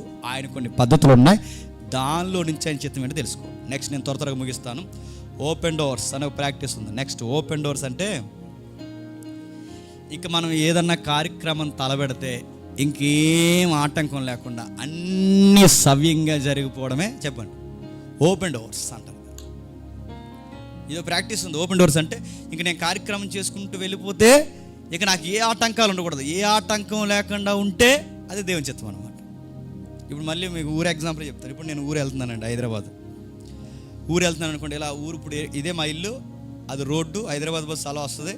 నేను ఊరు వెళ్ళడానికి ఇప్పుడు ఇల్లు అలా నిలబడి అంటే అలా వెంటనే బస్సు వేస్తుంది అనుకోండి, దేవుని చిత్తం. బస్సు వచ్చేయడమే కాదు, లోపల కూడా సీటు దొరికేసింది అనుకోండి, దేవుని చిత్తం. దేవుడి చిత్తం అండి. వెంటనే బస్సు వచ్చింది, దేవుని చిత్తం అండి. సీటు కూడా దొరికేసింది, దేవుని చిత్తం అండి. బెత్త కూడా దొరికేసింది, బెడ్షీట్ కూడా ఇచ్చారండి, దేవుని చిత్తం అండి. అడుగుతున్నాను. అప్పుడు దేవుని చిత్తం కదంటే ఏంటి? నేను ఎల్లో గంటకు నిలబడ్డాను అనుకోండి, బస్సు రాలేదనుకోండి, ఏం కదనమాట. సీటు దొరకలేదనుకోండి, ఏం కదనమాట. ఆడు బెత్త కూడా ఇవ్వలేదనుకోండి, ఏంటన్నమాట. ప్రయాణంలో నువ్వు అనుకున్నట్టు అన్నీ జరిగిపోతే దేవుని చిత్తం అనుకుంటే, నేను చెప్తున్నాను జాగ్రత్తగా విను. పౌలు గారు సువార్త ప్రయాణానికి వెళ్ళినప్పుడు ముమ్మారు వాడ భద్రాసిపోయిందా లేదా? ఆయన ఏ పని మీద వెళ్తున్నాడు? నీకులాగా నాకులాగా హైదరాబాద్ తిరగడానికి వెళ్తున్నాడా? ఆయన ఏ పని మీద వెళ్తున్నాడు? సువార్త చేయడానికి, ఖైదీలకి, అధికారులకి, ఇటలీ, రోమ్లో సువార్త చెప్పడం, చక్రవర్తికి సువార్త చెప్పడానికి బయలుదేరి వెళ్తున్నప్పుడు వాడ బద్దలాసిపోయిందా లేదా? ఇప్పుడు చెప్పండి. దేవుని చిత్తం సువార్త చేయడానికి వెళ్తున్నప్పుడే వాడ బద్దలాసి.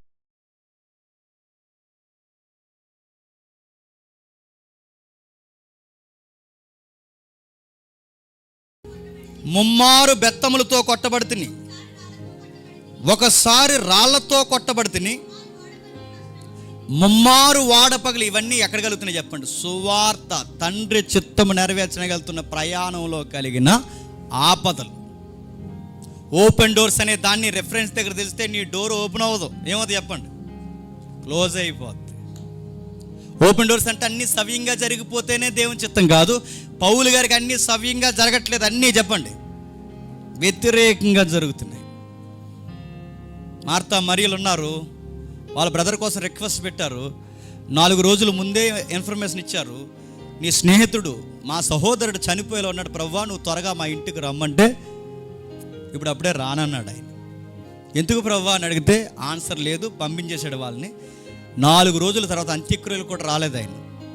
ఇరుగు పొరుగు ఎల్లమ్మ, పక్కింటి పుల్లమ్మ, యూదులందరూ వచ్చారు కానీ ఆయన రాలేదు. ఎన్నో కామెంటరీలు వినుంటారు వాళ్ళు. ఏమనంటే దేవుడు అన్నారు, ప్రభు అన్నారు, అదన్నారు, ఆయనే సర్వం అన్నారు, కనీసం అంత్యక్రియలు కూడా రాలేదు. ఏడి మీ దేవుడు, ఏడి మీ రక్షకుడు అన్నప్పుడు, ఇన్ని మాటలు పడినప్పుడు ఎప్పుడు వచ్చాడు చెప్పిన ఆయన? కుళ్ళిపోయిన శవం కుళ్ళిపోయిన తర్వాత 4 రోజుల తర్వాత వచ్చి ఎక్కడ పాతి పెట్టారని అడిగారు. ఇప్పుడు చెప్పండి, ఆ ఇద్దరు దేవుడిని నమ్మిన బిడ్డలా కదా? చనిపోయిన లాజరు దేవుడిని నమ్మినోడు కదా? ఇప్పుడు వాళ్ళకి అనుకూలంగా జరిగాయా, వ్యతిరేకంగా జరిగాయా చెప్పండి?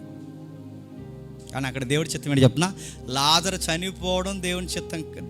లాజరు చనిపోకుండా ఉండడం మన చిత్తం, లాజరు చనిపోవడం దేవుని చిత్తం. స్టెఫను చనిపోకుండా ఉండాలన్నది మన చిత్తం, స్టెఫను చనిపోవడం చెప్పండి దేవుని చిత్తం. అనుకూలంగా జరగడమే దేవుని చిత్తం కాదు, మనకి వ్యతిరేకంగా జరగడంలో కూడా చెప్పండి దేవుని చిత్తం ఉంటుంది. పౌలు గారికి కొరడాలు, బాధలు, ఇబ్బందులు, ఎన్నిపోట్లు, మోసాలు ఎన్నో జరిగాయి. ఇవన్నీ నీ సేవలో నాకెందుకు ఇలా జరుగుతున్నాయి ప్రభు అంటే, ప్రతికూలతలు కూడా నా చిత్తమే పౌలు, నీ బలహీనతల యందే నా కృప మరింత సంపూర్ణం అవుతుంది, పడు ఆ బాధలు అలా పడన్నాడు. ఇప్పుడు చెప్పండి, మనకు బాధలు, ఇబ్బందులు వచ్చినప్పుడు దేవుడు మా ఎడలు లేడనుకోకండి గిద్యోన్లాగా. మనకు సమస్యలు ఎక్కువైపోయినప్పుడు దేవుడు మనల్ని వదిలేసాడు అనుకోకండి, దేవుడు మనతోనే ఉన్నాడు. కొన్ని ఎందుకు అనుమతిస్తున్నామంటే ఏమో అందులో ఆయనకి ఏం పర్పస్ ఉందో మనకి తెలీదు. ప్రస్తుతానికి లాజరు చనిపోతున్నప్పుడు అప్పుడు వస్తే బాగుండు అన్నది ఆ మేరీ. ఆవిడేమంది? నువ్వు ముందే వస్తే బాగుండు ప్రభువా, ఇక పరిస్థితులన్నీ చేదాటిపోయి అంటే ప్రభు అన్నాడు చెప్పిన, ఆ అబ్బాయి అలా చనిపోవాలి, నా తండ్రి మహిమ నిమిత్తం అలా చనిపోయాడు. ఈరోజు ఇంత అద్భుతం జరగాలంటే ముందు చచ్చిపోవాలి. ప్రస్తుతానికి మనకు పరిస్థితులు వ్యతిరేకంగా అనిపిస్తాయి కానీ దాని తర్వాత జరగబోయేది ఏంటో మనకి చెప్పండి తెలీదు. అందులో కూడా ఏముంటుంది చెప్పండి? దేవుని చిత్తం ఉంటుంది. ఓపెన్ డోర్స్ అని మీరు పట్టుకొస్తే ఓపెన్ డోర్స్ని మూసేయడానికి ఇలాంటి రెఫరెన్స్ చాలా ఉన్నాయి. నెక్స్ట్ పద్ధతి ఏమిటంటే పరిశుద్ధాత్మని నడిపింపు అంటారు. ఇది జాగ్రత్త కొంచెం. ఏంటట? పరిశుద్ధాత్మని నడిపింపు. పరిశుద్ధాత్మ నడిపింపు అంటే ఇంకా పరిశుద్ధాత్మని నడిపించేస్తానన్నమాట మనల్ని. అలా మీకు ఒకసారి చెప్పాను, మళ్ళీ ఒకసారి జ్ఞాపకం చేస్తాను. ఒక ఆవిడ ఈ మధ్య అది రీల్స్లో కూడా తిరుగుతుంది. ఒక ఆవిడ అంటుంది, మీ ఇంట్లో గ్యాస్ అయిపోయిందా? అయిపోయింది. అయిపోయినప్పుడు మీరు ఏం చేస్తారంటే ముమ్మారు పరిశుద్ధాత్ముడికి 3 సార్లు పరిశుద్ధాత్మ దేవా గ్యాస్ అయిపోయింది, పరిశుద్ధాత్మ దేవా గ్యాస్ అయిపోయింది, పరిశుద్ధాత్మ దేవా గ్యాస్ అయిపోయింది అంటే గ్యాస్ వాడు గ్యాస్ సిలిండర్ వేసి వెళ్ళిపోతాడంట. చూసారా వీడియో అది? మరీ పరిశుద్ధాత్మని గ్యాస్ సిలిండర్ మోసుకునే వాళ్ళ చేస్తారేటండి. గ్యాస్ సిలిండరు, వాటర్ ట్యాంకులు, ఇంకేమైనా చెప్పండి, ఇంట్లో పప్పు, ఉప్పు. పరిశుద్ధాత్ముడు 3 సార్లు చెప్తే గ్యాస్ వచ్చేద్దండి ఇంటికి. ప్రభుత్వానికి దిక్కులేదు గ్యాస్ ఇవ్వడానికి. పరిశుద్ధాత్ముడు నడుతున్నారు అంటే గ్యాస్ ఇచ్చేదే ఆయనంట. ఇన్ని నడుతున్నారు, ఎన్ని చీప్ ట్రిక్స్గా లేవండి. ఆవిడ ఎవరో ఉంది, పరిశుద్ధాత్ముడు ప్రార్థన చేసిందంట. కొత్తగా పెళ్ళైన తర్వాత ఇంట్లో కాపురం పెట్టారు. ఎందుకంటే ఇంట్లో ఒప్పుకోలేదు ఆ మ్యారేజ్. తర్వాత చాలా బాధపడ్డారు. ఆ పెళ్ళాక ఇంట్లో కాపురం పెడితే ఇంట్లో ఎలకలు ఎక్కువైపోయినాయి అంట. మై లాట్, ఏంటి ఈ పరిస్థితి, నేను తట్టుకోలేకపోతున్నాను, ఎలకలన్నీ ఏంటి పరిస్థితి అని అడిగితే అప్పుడు ఆ చెల్లికి దేవుడు జవాబు ఇచ్చాడు. ఏమనంటే, కంగారు పడక నా కుమారి, రేపు ఉదయాన్నే నీకు రక్షక బొట్లు పంపుతున్నా అన్నాడు. ఆ రక్షక బొట్లు 3 పిల్లులు. చూస్తారా సాక్ష్యాలు ఇవన్నీ? ఏమనాలండి అడుగుతున్నాను. ఇది పిల్లులు రావడం పరిశుద్ధాత్ముడు ఏంటి? గ్యాస్ సిలిండర్ రావడం పరిశుద్ధాత్ముడు ఏంటి? పరిశుద్ధాత్ముడు నడిపింపు అంటే ఇది పరిశుద్ధాత్ముడు ఏంటి? మిమ్మల్ని ఏమనాలి? మీ చదువులు ఏమైపోయినాయి, మీ లాజిక్స్ ఏమైపోయినాయి? అరే అన్ని విషయాల్లో మీ జ్ఞానం పనిచేస్తుంది. డబ్బుల విషయంలో, స్టడీ విషయంలో, బయట ఏదైనా కొనుక్కునే విషయంలో, చొక్కా విషయంలో కూడా జ్ఞానం ఉపయోగిస్తారుగా. దేవుడి విషయానికి వచ్చేసరికి మీ జ్ఞానం ఏమైపోయింది? తగలడిపోయిందా? మీ లాజిక్స్ ఉపయోగపడవా? మీ స్టడీస్ ఏం చేస్తున్నారు? సరే ఏదో చేశారు, పరిశుద్ధాత్మ నడిపింపంటే ఎక్కడ నడిపిస్తాడని ఒకసారి రెఫరెన్స్ చూడు. యోహాను సువార్త 16వ అధ్యాయం, త్వరగా యోహాను సువార్త 16వ అధ్యాయం 13వ వచనం ముగించేద్దాం. యోహాను సువార్త 16వ అధ్యాయం 13వ వచనం. అయితే ఆయన అనగా సత్య స్వరూపైన ఆత్మ వచ్చినప్పుడు మిమ్మల్ని సర్వ సత్యములోనికి నడిపించండి. ఎక్కడ నడిపిస్తాడు? గ్యాస్ కొండ దగ్గర కాదు, చెప్పండి, అక్కడ ఉంది. సర్వసత్యములోనికి ఆయన వచ్చినప్పుడు మిమ్మల్ని సర్వసత్యంలోనికి. సర్వసత్యం అంటే వాక్యం. ఇప్పుడు చెప్పండి, పరిశుద్ధాత్ముడు మన జీవితంలో ఏం చేసినా దేనిలో నుంచి నడిపించి చేస్తాడు చెప్పండి? వాక్యంలో నుంచే చేస్తాడు. ఆయన వాక్యాన్ని దాటేది చెప్పండి చేయడు. తాను రాయించిన వాక్యాన్ని తానే మీరి, తాను రాయించిన వాక్యాన్ని పక్కన పెట్టి ప్రత్యేకంగా నీకేమైనా చేస్తాడనుకుంటున్నావా? ప్రభు అయిన యేసుక్రీస్తు వారు స్వయంగా చెప్పాడుగా, ఆయన ఏమి చేసినాను నా వాటిలో నువ్వు తీసుకునే చేస్తాడు. ఆయన ఏమి చేసినాను ఇదిగో వాక్యములోనికి నడిపిస్తాడు. అంటే నిన్ను ఏం చేసినా ఆయన వాక్యంలోనే పరిధిలోనే ఉంచుతాడు తప్ప వాక్యానికి పరిధి అవతల కందిపప్పు, గ్యాస్ సిలిండర్లు ఏమీ చెప్పడు. ఇది మీరు అనుకుంటున్న తన్మయత్నం. నీకు చెప్పాను జోకి ఎంతమంది గుర్తుందో, నేను ముగిస్తాను. పప్పు వండిందంట అలా ఆయనకి, పప్పులు ఉప్పు ఎక్కువ వేసింది, మరి ఏం చూసి వండింది ఏటో, ఉప్పు ఎక్కువైపోయినంటే మరి కుదురుగొండొచ్చుగా వండింది పక్కనెట్టి ఇంకేదో మూసుకుని తింటున్నాడు, నోరు మూసుకుని తింటుంటే చెప్తుంది ఎలా ఉందండి అని అడిగిందంట. నీ మొహంలో ఉంది పప్పు, ఇలాగ ఎప్పుడు ఎలా తగలెట్టావు అన్నాడట. అంటే అదేంటి ఉప్పు ఎక్కువ వేసాడు, ఎప్పుడు ఎలాగ వండేడు సార్ అనగానే పక్క వెళ్ళిపోయి సీరియస్గా సరే నెక్స్ట్ బాగా వండుతాను అనగా అనలేదు, పక్క వెళ్ళిపోయిందంట. చెప్పాలి కదా అందంట. ఎవరినే? దేవుడిని. పరిశుద్ధాత్మ వచ్చి ఇప్పుడు ఉప్పులో పప్పులో చెప్పండి చెప్పాలి కదా అంటుందండి. ఎవరిని? వెంటనే దేవుడు సింహాసనం మీద కంగారైపోయి అయ్యో నా బిడ్డ ఉప్పు ఎక్కువ వేసింది అని ఇప్పుడు ముల్లోకాలు వదిలొచ్చేయాలి నీ కోసం అంటే రొక్కటి వాళ్ళు లేడండి ఇలా సాక్ష్యాలు అన్నిటికీ. అందుకే చెప్తున్నాను, ఇవి దేవుని యొక్క ప్రాక్టీసులు కావు, ఇవి మీ ప్రాక్టీసులు, మీకు సంబంధించినవి.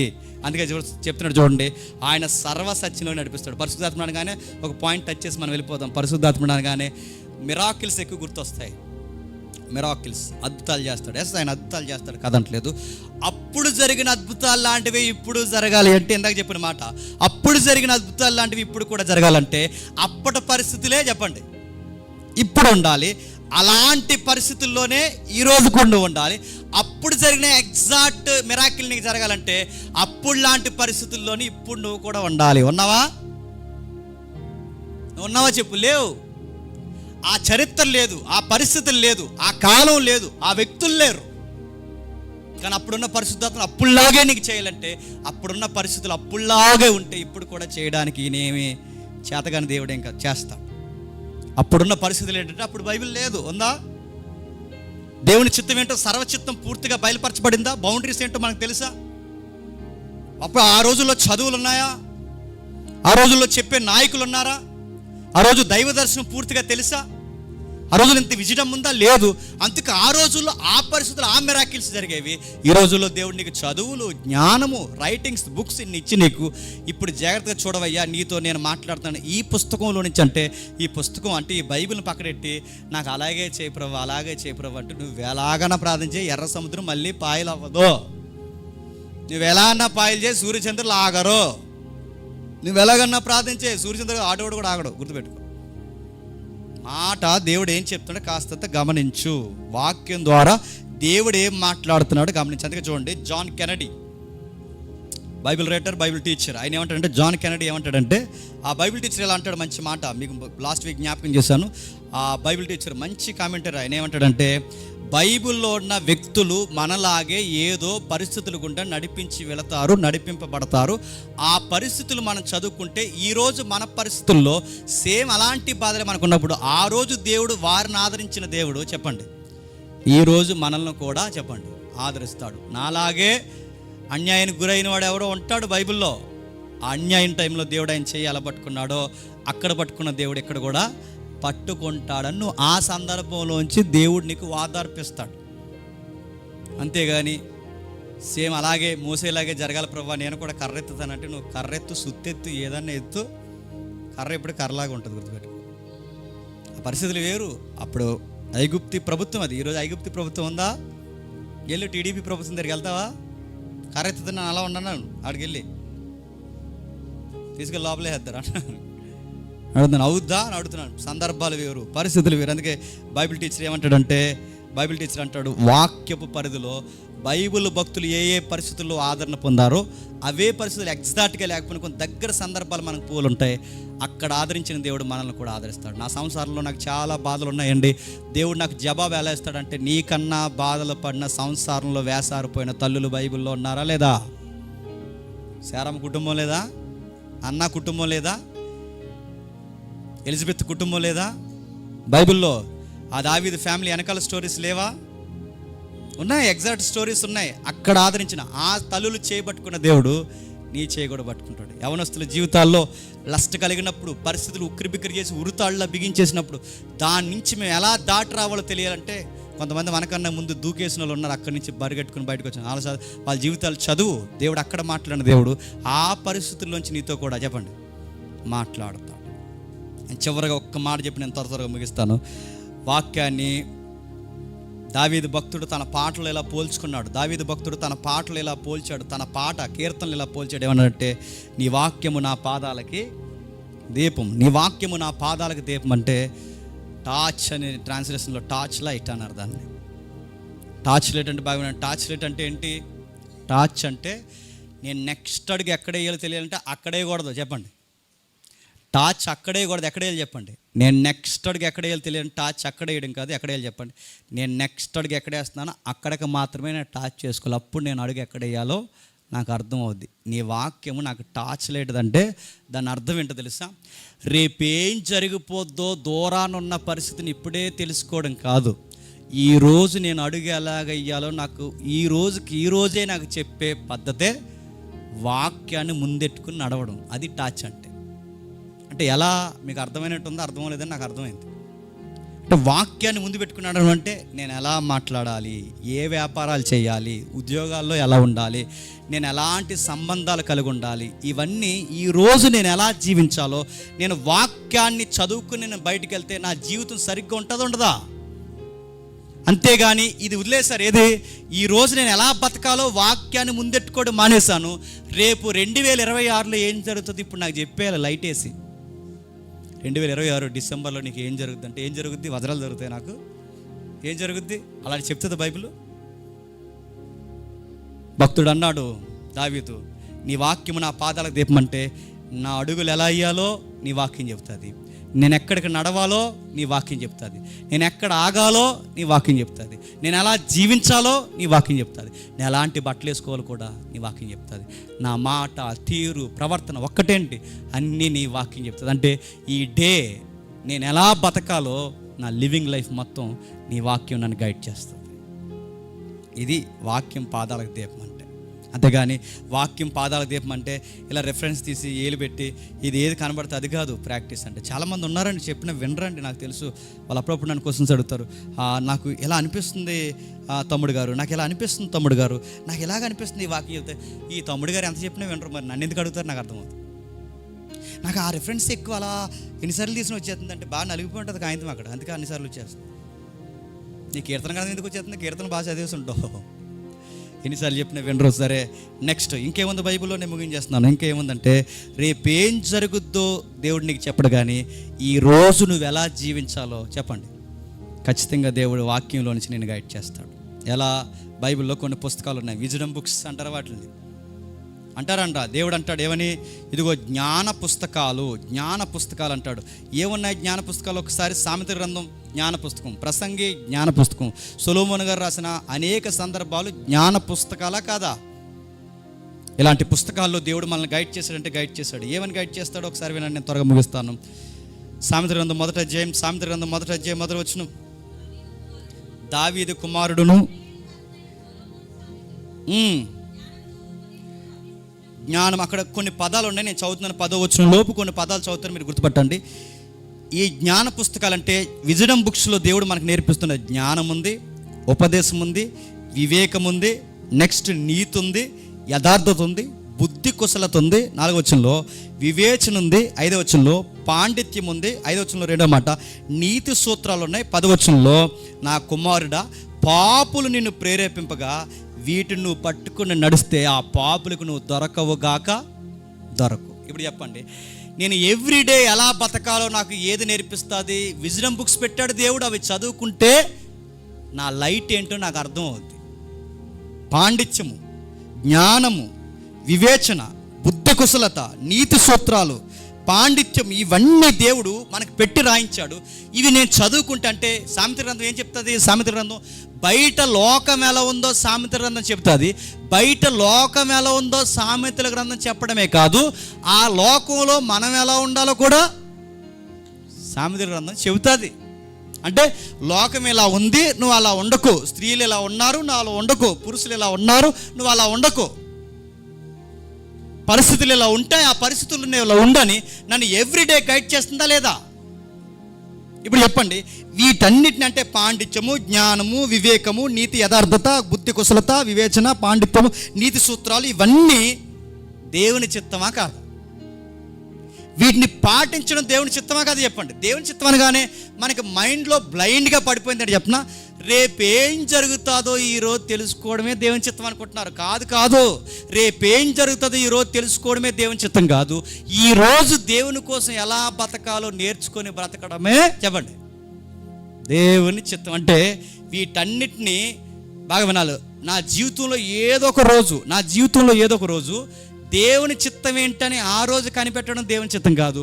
365 రోజులు వాక్యానికి కట్టుబడి బతకడమే చెప్పండి అది దేవుని చిత్తం. ఈ లాజిక్ మీకు అర్థమైతే 25 సంవత్సరాలు 35 సంవత్సరాలు నా ఇష్టం వచ్చినట్టు తిరిగి, 25 ఏళ్ళు 30 ఏళ్ళు నా ఇష్టం వచ్చినట్టు తిరిగి, సరిగ్గా నా పెళ్ళి ఉద్యోగం వచ్చే సమయానికి అప్పుడు వచ్చి నేను అంటాను ఏమనంటే, దేవా నా పెళ్లి విషయంలో, నా ఉద్యోగం విషయంలో నీ చిత్తం ఏమై ఉందో ప్రభు అంటే, మరి 20 సంవత్సరాలు ఏం చేసావరా?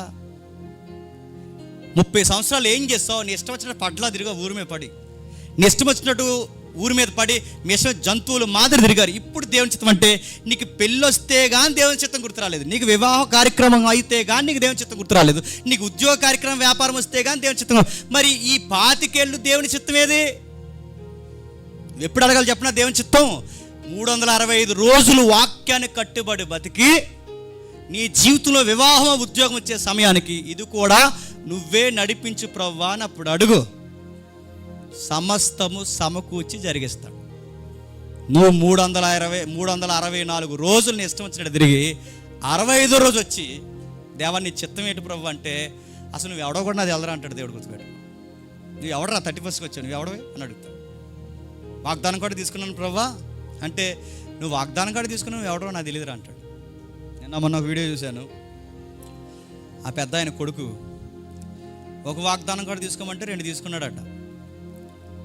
ఇలా చూసాను, 2 ఎవడకరా అని అడిగాడు. ఎవరికో మాకు తెలుసు అడుగుతున్నాను. నువ్వు వాగ్దానం కార్డులు ఇవ్వడమే తిరగలేని పని అడుగుతున్నాను. మళ్ళీ 2వ కార్డు అడిగితే, ఈ లైసెన్స్ పిల్లలు పట్టుకుని తిరుగుతారండి ఏడాది అంతా. వాగ్దానం కార్డులు తీసుకోవద్దు అంటలేదు. వాగ్దానం కార్డు తీసుకో, ఆ కార్డు ఇంటికి పట్టుకెళ్ళు, ఏ అధ్యాయంలో ఉందో చదువు, ఆ అధ్యాయం ఏ పుస్తకంలో ఉందో చదువు, ఆ పుస్తకం మొత్తం చదువు, దేవుని చిత్తం ఏంటో తెలుసుకో, అప్పుడు దేవుడు నీతో మాట్లాడతాడు. ఇవన్నీ గాలికి వదిలేసి, దేవా నీ చిత్తమేటి ప్రభు, నీ చిత్తమేటి ప్రభు అంటే, ఆయన చిత్తం ఒకటే, 365 రోజులు నా ఆజ్ఞలు పాటించి బతుకు, అదే నా చిత్తం. నా వాక్యానికి లోబడి బతుకు, అదే నా చిత్తం. మీకు మీ ఘటములను పరిశుద్ధంగా కాపాడుకోవడమే నా చిత్తం. సర్వలోకానికి వెళ్ళి సర్వసృష్టికి సువార్త ప్రకటించడమే నా చిత్తం. అంతటా అందరూ మారు మనసు పొందడమే నా చిత్తం. అందరూ వాక్యంలో పరిపూర్ణ స్థాయికి రావడమే నా చిత్తం. నాకన్నా దేనికి ప్రధాన స్థానం ఇవ్వకుండా నాకే మొదటి స్థానం ఇవ్వడమే నా చిత్తం. ఇన్నున్నాయి దేవుని చిత్తానికి అర్థాలు. ఇదంతా పక్కన పడేసి దేవుని చిత్తం అనగానే రేపేం జరుగుద్దో ముందే భవిష్యవాణిలా మనకు చెప్పేయడమే దేవుని చిత్తం. అంటే ఇది బయటోళ్ళు జ్యోతిష్యం దగ్గర చూస్తారే జ్యోతిష్యం, ఆ ప్రాక్టీస్ని దేవుని చిత్తం అనే జోన్లోకి తీసుకొచ్చి, జ్యోతిష్యాన్ని దేవుని చిత్తం అనే దాంట్లోకి తీసుకొచ్చి ఇక్కడ పెట్టేసి, ఇదే దేవుని చిత్తం అంటే నీకు ఇంకా ఏ అలవాట్లు పోలేదు చెప్పనా? నీకు జ్యోతిష్యం చూసుకునే అలవాట్లు పోలేదు ఇంకా. జ్యోతిష్యం కాదు దేవుని చిత్తం అంటే. దేవుని చిత్తం అంటే వాక్యానికి లోబడి బతకడం, వాక్యం చెప్పిన పరిధిలో వ్యాపారాలైనా జీవితాలైనా కట్టుకోవడం, వాక్యం దాటిపోకుండా దేవా మంచి జరిగినా చెడు జరిగినా నీ చిత్తమే సిద్ధించును గాక అని లోబడి తలదించి జీవించడం. వ్యతిరేకమైన అర్థాలు సూచనలు అడగకుండా ఏమి జరిగినా నువ్వు గొప్ప దేవుడివి, నమ్మదగిన వాడివి అని అనడమే దేవుని చిత్తం. ఎవరైతే దీన్ని పట్టుకుంటారో కష్టాల్లో కూడా ధైర్యంగా ఉంటారు. ఎవరైతే దీన్ని పట్టుకుంటారో, మళ్ళీ చెబుతున్నాను, శ్రమలను జయించే శక్తిని దేవుడు నీకు ఇస్తాడు. ఎవరైతే దీన్ని పట్టుకుంటారో నువ్వు అనేకులకు అన్ని పరిస్థితుల్లో వింతగా ఉంటావు. ఇది దేవుని చిత్తం. 60 ఏళ్ళ జీవితంలో కష్టమ కన్నీరు ఏదైనా ఆయనకి లోబడడం నేర్చుకో. దేవుని చిత్తం నీ జీవితంలో ఎల్లకాలము సర్వ సమృద్ధిని జరిగించును గాక.